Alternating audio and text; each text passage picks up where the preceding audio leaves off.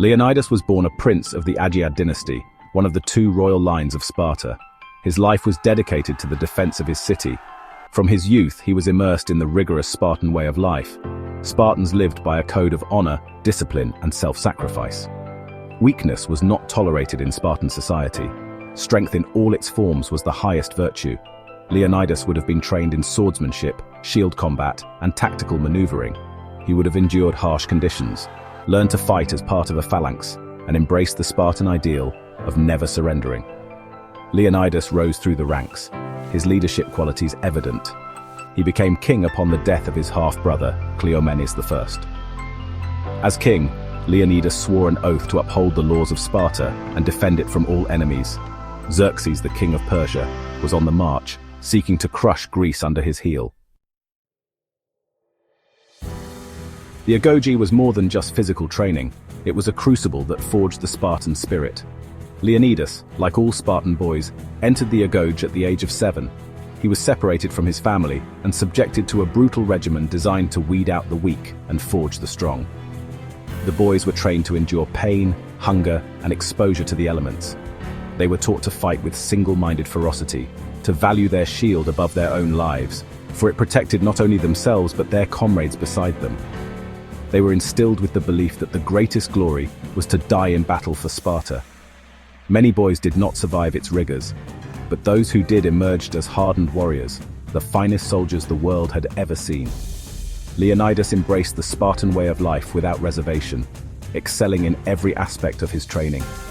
He mastered the art of fighting in formation, the phalanx, a wall of bronze and flesh that was the hallmark of the Spartan army. Most importantly, he learned to lead, to inspire his men by example, to face any danger without flinching.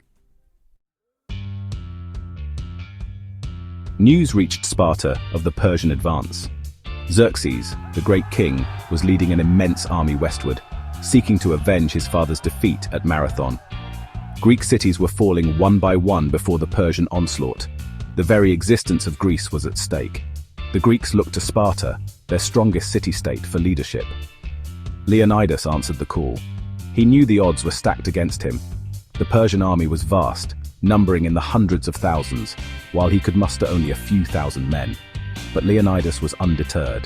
He would make his stand at Thermopylae, the Hot Gates, a narrow pass that was the gateway to southern Greece. Together, they marched north to confront the Persian host. Thermopylae was a natural choke point, a narrow pass between the mountains and the sea.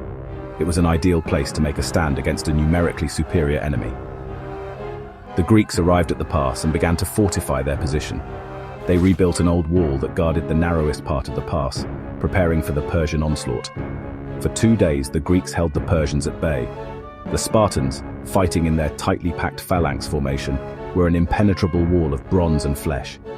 Persian arrows darkened the sky, but to little effect. The Spartans' shields and armor protected them, and they fought with a ferocity that terrified the enemy. Wave after wave of Persians broke against the Spartan line, only to be driven back in disarray. Xerxes, watching from his throne on a nearby hill, was astonished by the Greeks' resistance. A treacherous Greek named Ephialtes betrayed his countrymen, showing the Persians a hidden goat path that led behind the Greek lines. The Persians, led by their elite troops, used this path to outflank the Greeks.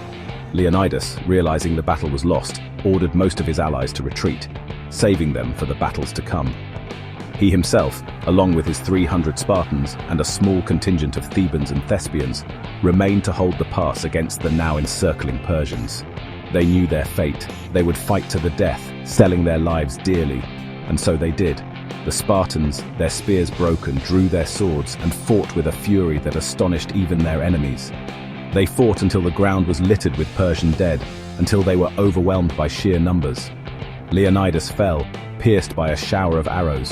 His body was recovered by the Spartans, who fought over it, preventing the Persians from taking it as a trophy. The remaining Spartans, surrounded and outnumbered, fought to the last man. Not one Spartan yielded. Though defeated, Leonidas and his 300 Spartans achieved a kind of victory. Their courage and self-sacrifice became a symbol of resistance against tyranny, an inspiration to freedom fighters throughout the ages.